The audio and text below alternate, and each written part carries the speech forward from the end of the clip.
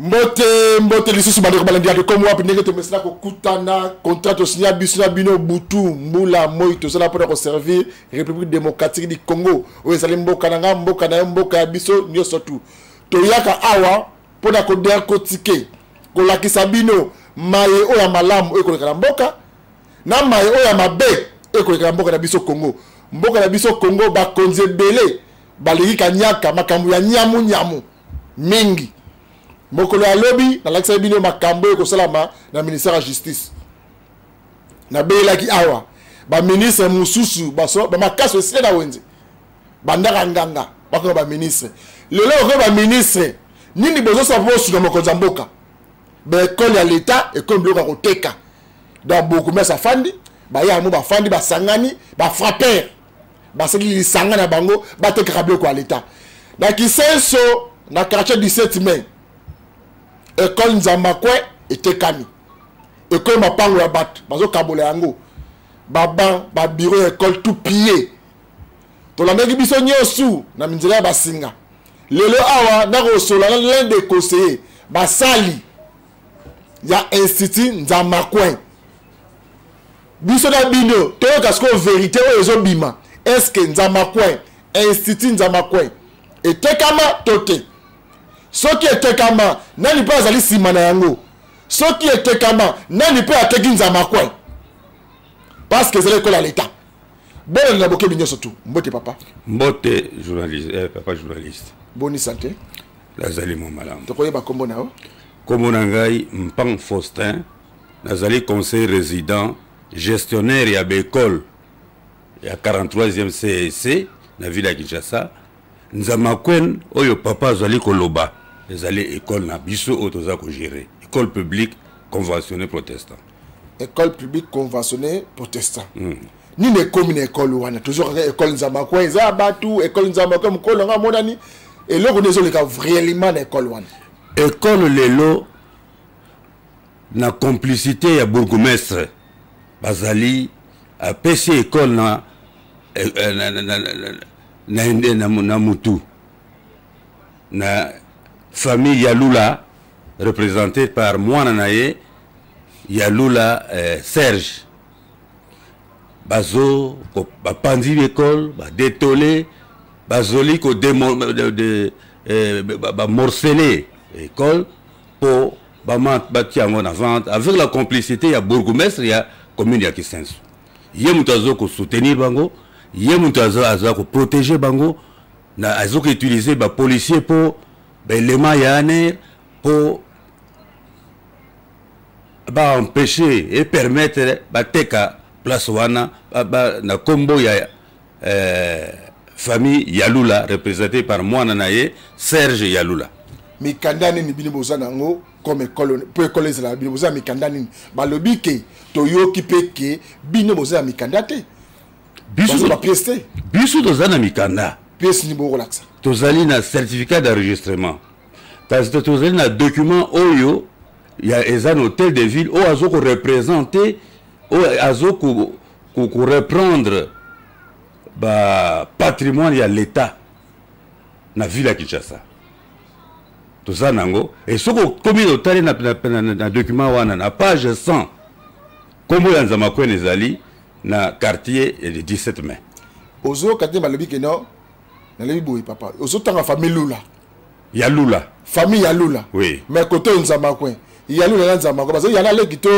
mona kazina noko Nzamakwe ezali école kombo ya école c'est une dénomination o ezali na kati ya arrêté ya école c'est une école publique Yalula ezali particulier hein akoki ko soit école wana ko za ya yete balobi yo zala document o zala ngo comme document ya cadastre o zala ngo isa faux lokuta isa ya faux te nani a établir azoko établir fausseté ya document ya bakangaki yo bakangaki ngai e kaka po ba empêcher ngai na lobate po na problème oyo ezali bourgmestre na au PJ naye bakangi ngai na lali na kasho mikolomi balé atini na 4e rue eh bien preuve moko ezali te leur âgé atali dossier wana batiki ngai.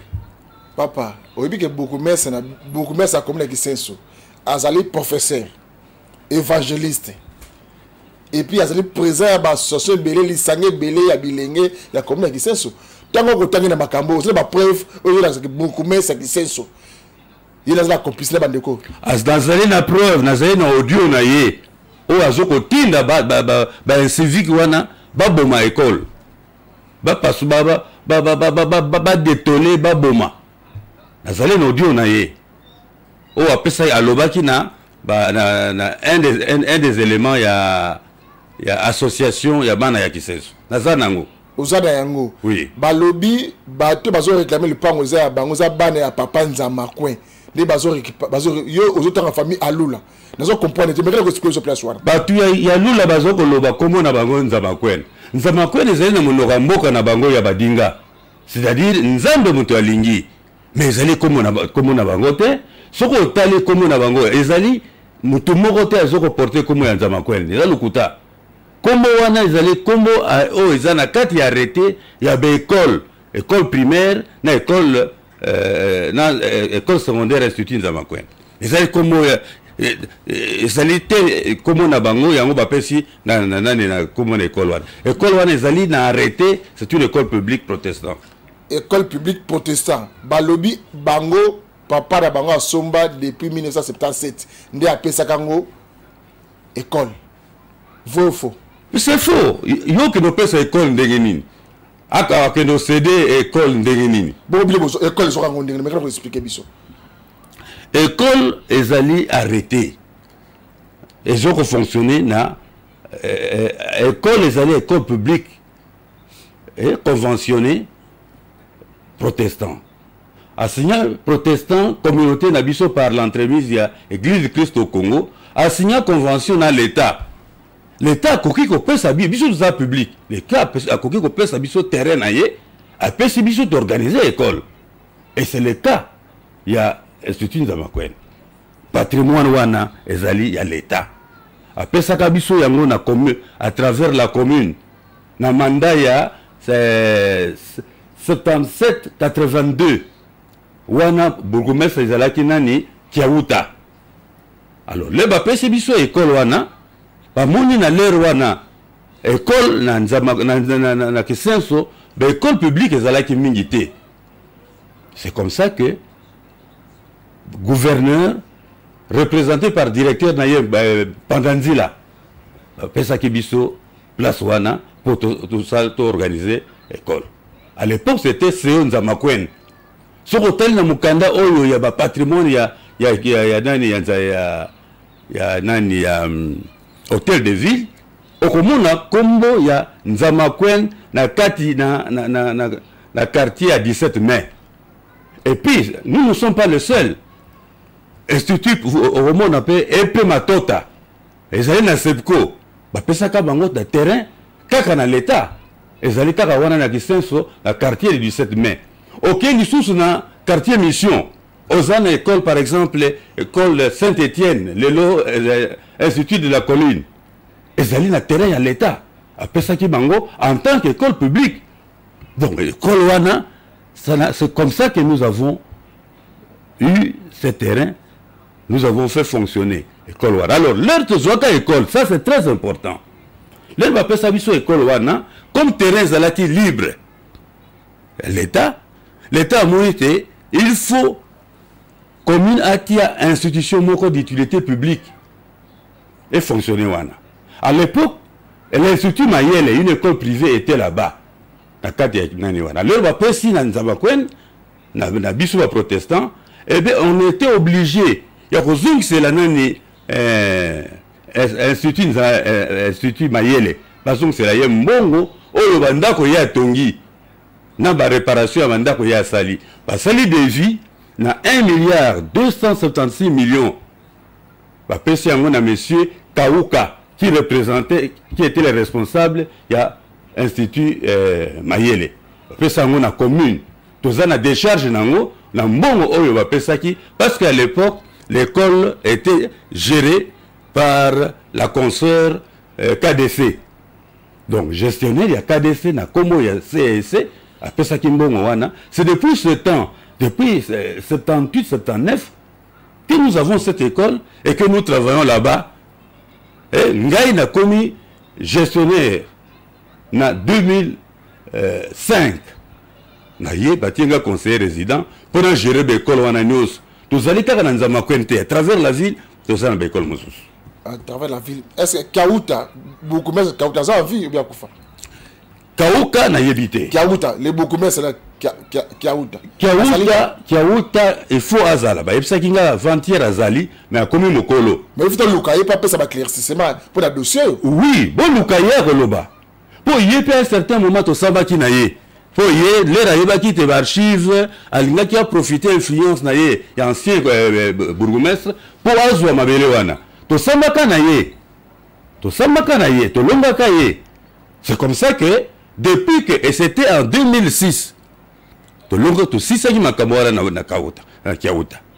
Alors, c'est seulement après, quand on va 2022, famille Yalula Yekobima, na komo ya veuve Yalula, azoko senga mikanda na bourgmestre, akomela ki pipe bisoté, akomeli bourgmestre, tout ça le mokanda na yewana. Azo senga basa la compensation pour l'état azuma belé na ye apesi na Nzamakwen. Donc, alors, le déjà en 2023, a comme propriétaire, c'est difficile à comprendre ça. Ils allaient à la complicité, ils allaient bourgmestre, ils allaient soutenir Bango pour la famille Yalula, Azwa Terewana. Ceux qui n'ont comprendre, comme vous avez un problème, il y a Kiaouta, bourgmestre. Ah, vous êtes en train de bourgmestre. Oui, parce que c'est un pasteur. En tout cas, on a habité. Oui, parce que c'est évangéliste. La yebi wanate. Alors bara solo ya ko sarata le bara vérité. Ya za na pour intérêt bana qui sonyo surtout. Mais tant que tanga na makambo yo ya nyamu. En tout cas pour le problème yo nazo ko mettre en doute qualité na ya pasteur, qualité na ya évangéliste et il a même dit qu'après sa cours de campus avec l'éducateur, je mets tout ça en cause. Parce que nga nazo ko mon comportement ya nani azoko permettre le développement ya nani ya Kissin sauté. Comment à quelques jours, tu dis que banda classe, yé à tini batunaye, à sali ba combine naye, pour battre l'école wana, pour battre ma école. En quoi est-il pasteur? En quoi est-il éducateur? Wana en tout cas, par rapport na cas oyo, tayo précis, en tout cas moi, j'ai mis beaucoup de doutes la qualité na wana. Tant ou autres babo école Nzamakwa izina itanine. Pour pas la en classe calamité. Et ça, pas l'école de la gratuité enseignement, non? École primaire, oui. Oui. La minute où tu le babo, école Nzamakwa, et c'est italien. Impossible de travailler dans ces conditions-là. École les athées, babo mi école. Toi, tu les athées. Ceux qui bolingo qui ne comptent l'école actuellement d'Engezali. Et place où Nazali Koloba, na mawana motema. Zoloba na. D'abord, le ministre, maman ministre, il y a éducation nationale. Nazoko Loba, na ministre, il y a justice, ministre d'État.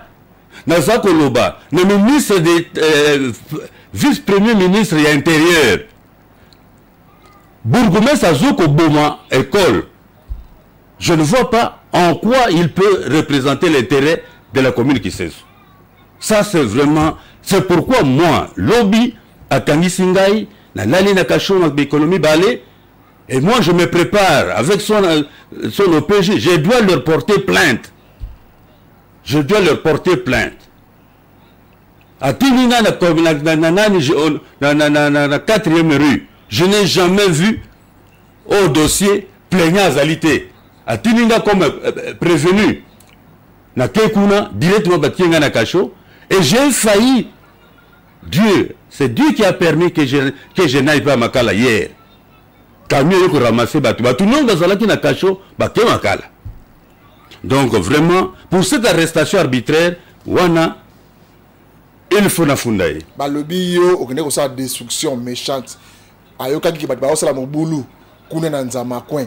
Nde bakangi tous les deux parties bakanga kiyo na bande ko mususu wana bwana commune bongo boke na 4e miri nini yozo bakanga kayo moko ba bakanga les deux parties bakangi deux parties c'est vrai mais parti wana kangi yango ezali mascarade ayebaki très bien que soki atindi biso na 4e rue eloko ekozala te bon est-ce que okoki kotinda bato basali mobulu yo otindi bango comme prévenu avec les mêmes infractions alobi na ngai na commettre faux en écriture usage de faux alobi na ngai na menacer alobi na ngai na commettre la destruction méchante mais ngai nazalaki na document na ngai on akendaki na hôtel de la nani na 4e rue à établir ngai comme gardien du lieu naza nango procès verbal naza nango ndenge nini ngai naza na mokanda ya parquet nazokende kosepi na place oyo bapesi nga possession yo kino oloba na ngai te na ye na bakuluna na ye na bato mpona kino menacer non au contraire je n'ai pas pu bénéficier de la protection ya autorité ya dani ya commune nabengi ye lere nazalaki menacé alui bapolicier bazoya lokuta namoni bapolicier te et si nous avons eu la vie sauve c'est grâce aux éléments de l'ANR et lere tokomi na commune alobi na ngai fo akanga ngai atindi ngai na konani na ye na OPJ na ye et voilà il nous présente nous deux c'est de la mascarade est-ce que baprésentaka dossier ndenge wana batumi balozotinda bango comme des prévenus ngai nazalaki prévenu par la volonté ya chef de yanani ya mokonzi ya commune a profiter d'autorité na ye pour akangisa ngai. Je ne mérite pas cette arrestation. Dans la caméra d'abisso papa monsieur le conseiller permanent conseiller résident. Conseiller résident. Oui. Ba iba makambo zo kana nzamakwe ndingo ba non ba buki ba piller yoza kunate bato mususu nde ba ko buka ba ko piller ba teke école ya l'état. Autant les caméras d'abisso pendant 3 minutes pour clôturer mission mokolo malelo. Oui, nazoko confirmer awa. École nzamakwen ba piller ba bombi ba bombi ba biloko eza na kati ba longoli ba tol ça c'est donc soko komi na nzamakwen zelo eza mawa. Et l'école ne peut pas, classe le 2 septembre n'a pas lieu. Ce qui va conduire à Mboka, va sungi bisote, va pesi biso, va zongisi, va tol. Va songi, va sali musalawanate, banana biso, plus de 300 élèves, va kotangate. École primaire, ezawana, na école secondaire, na bureau, ya conseil gestionnaire. Et vous avez na base, wana na zolo bango très bien. Ezali bourgmestre a utilisé famille ya Lula pour battre la place wana pas détruire parce que comment vous pouvez soko yozo lo balopango ezaya yo soko ju lo pango loko liboso zali ko longola batolo ezali ko détruire non au lieu comme ça le terrain poteka donc terrain la zone bana bakonzi depuis le président de la République azoyo kabiso vice-premier ministre parce que je sais que le bourgmestre Azali sous responsabilité naïe, sous tutelle naïe, Nazoloba, na ministre de la Justice, lui qui depuis un certain temps veut mettre de l'ordre dans les domaines de la justice, je m'adresse à ma maman, ministre d'État et Éducation nationale. Priorité enseignement, Bissoto Yebiango. Ezali, souci à chef de l'État. C'est pourquoi il y a la gratuité. Bon sauver l'école wana. Donc, pour sauver l'école wana, en mettant hors d'état de nuire le bourgmestre et ses complices. Et le bourgmestre et ses complices, nous le connaissons, Naïle Blanlobi avec son OPJ. Dans tout ce que je peux dire, vraiment, nous sommes tristes parce que Bana Bakotangate, ceux qui Bakonzi Basali, Basali diligence, bon c'est la biso le fisc bati akaka batol po bazipa po jusque là balongoli ba chevron balongoli batol ceux qui bazong c'est les biso tol amoni ba yibi quelques bancs on peut se débrouiller avec les moyens des bords pour que nous puissions faire étudier les enfants. OK, ezali bongo conseiller permanent yewana ndenga pesi makanisi na ye alobi boye makambo ya école nzamakwen biso to lira mutu angole te imarote to lingaro to joye moko mutu atangi saka o akambaka balakisi ba enseignant kuna boyo ndenga pesi version que institut Nzambakwe, il y a quartier 17 mai, il y a commune qui sont menacés. Mais c'est beaucoup mais ne quoi que si c'est la combo na yo. Ce que Monique, yo c'est la preuve. Yo la c'est de quoi kosi, tu as construit makambu. Droit de réponse et c'est la rappel gratuite. Dans 48 heures, il y a qu'à présenter ma défense na yo. Pe place de quoi fani, tu retournes ma question. Boti kaka ko benga rabat de ma téléphone. Boti kaka ko kanisa ke yo la vie na yo za Hitler. Hitler a kufa. Ba place ba kunda ya mona nate. Na kisasa wa à part Fachi Béton. Mudaza likola Fachi Béton zalité. Toza awa poto yeba nani ya teki école Nzamakwe. Nani aza sima. Ba teki pe nani. C'est un peu ça. Ce que vous avez cité, yaka opesa makanisi na yo. To retourne na mituna au papa lobby. Commune. Ba samba na commune. Ba osamba suda commune. Et là on est na commune na institut Nzamakwe. Mituna za wana. To suki après mukolo malelo, tikete kimi ya kolonzambe. Et ingira na maboti na bino, ndetu kute mukolo malopi.